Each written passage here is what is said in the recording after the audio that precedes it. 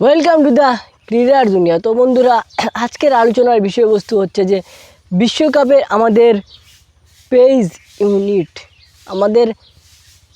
Pace unit আসলে কেমন করবে, আমাদের পেস ইউনিট নিয়ে আমাদের সম্ভাবনা কতটুকু, আমরা কি করতে পারবো সেটা নিয়ে বন্ধুরা আজকে আমাদের আলোচনা। তো বন্ধুরা, আলোচনাটা শুরু করা যাক। বন্ধুরা, আমাদের পেস ইউনিটে রয়েছেন তাসকিন আহমেদ খুবই ভালো একটা শেপে ছিলেন, খুবই ভালো পারফরমেন্স করতেছিলেন, কিন্তু হঠাৎ যখন ওনার একটা ইনজুরির খবর আসে তারপর থেকে আমাদের সবার মনটা আসলে একটু ক্ষুণ্ণ হয়ে যায়। কারণ তাসকিন আহমেদ যে মানের প্লেয়ার, তাসকিন আহমেদ যেই রকম প্লেয়ার, উনি আসলে ইনজুরিতে পড়ে গেলে সমস্যা কিন্তু আমাদের টিমের।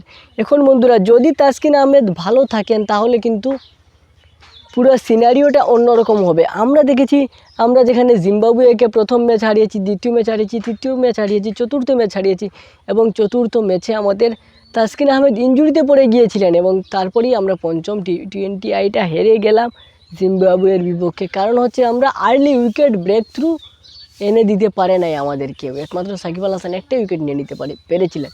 এবারে আসি বন্ধুরা, 2 নম্বরে তিনি হচ্ছেন মুস্তাফিজুর রহমান।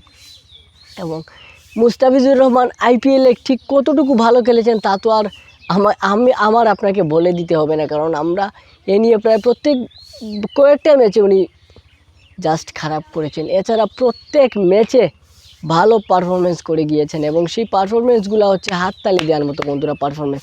এখন ধোনির কাছ থেকে কিন্তু উনি অনেক কিছু শিখেছেন, চেন্নাইয়ের মতো টিম ম্যানেজমেন্টের কাছ থেকে অনেক কিছু শিখেছেন এবং সেটাই যদি জাস্ট প্রতিফলন ঘটাতে পারেন সেটার। আর বন্ধুরা, আইপিএল কিন্তু পুরোপুরি ব্যাটিং পিচ, সেরকম পিচ কিন্তু ওয়ার্ল্ড কাপই হবে না, একটু স্লো পিচ হবে এবং সেইখানে যদি মুস্তাফিজ তার সেরাটা ডেলিভার করে দিতে পারেন তাহলেই কিন্তু আমাদের বাজিমাত হয়ে যাবে। আর মুস্তাফিজ যদি 4 ওভারে রান এবং কিছু কম রান দেন এবং উইকেট নিয়ে নেন আর্লি, তাহলেই কিন্তু আমরা বাজিমাত করে ফেলব। এরপর বন্ধুরা আমরা আসি 3 নম্বর যে পেসার আছেন উনি হচ্ছেন তানজিম সাকিব। তো বন্ধুরা, তানজিম সাকিবের খেলিবার এখনও আমরা ঠিক কতটুকু দক্ষ, কতটুকু ওনার ক্ষমতা, এটা আমরা এখনও কিন্তু পুরোপুরি দেখি নাই। আমরা দেখেছি হালকা ফুলকা ম্যাচে, যখন ইন্ডিয়ার সাথে একটা ম্যাচ নিজের দমে একাই জিতিয়ে দিয়েছিলেন।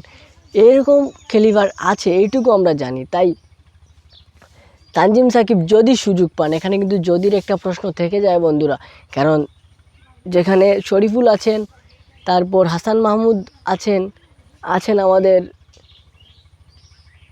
এই তাসকিন, মুস্তাফিজ, তারা থাকতে তানজিম সাকিব চান্স পাওয়াটা আসলে টাফ হয়ে যায় বন্ধুরা। তো যাই হোক, এরপর আছেন শরীফুল ইসলাম এবং শরীফুল ইসলাম তো একাদশে থাকবেন, এটা কনফার্ম থাকেন। আর শরীফুল ইসলাম কীভাবে সবচেয়ে ভালো বোলার কিন্তু বর্তমানে বাংলাদেশ টিমের শরীফুল ইসলাম, তার কাছ থেকে ভালো কিছুই আশা করব। এবং হাসান মাহমুদ ওনাকে ব্যাকআপ হিসেবে নিয়ে নেওয়া হয়েছে তাসকিন আহমেদের। আশা করি উনিও ওনার যদি কোনো সুযোগ পান তাহলে ভালো কিছু এনে দিবেন বাংলাদেশের হয়ে।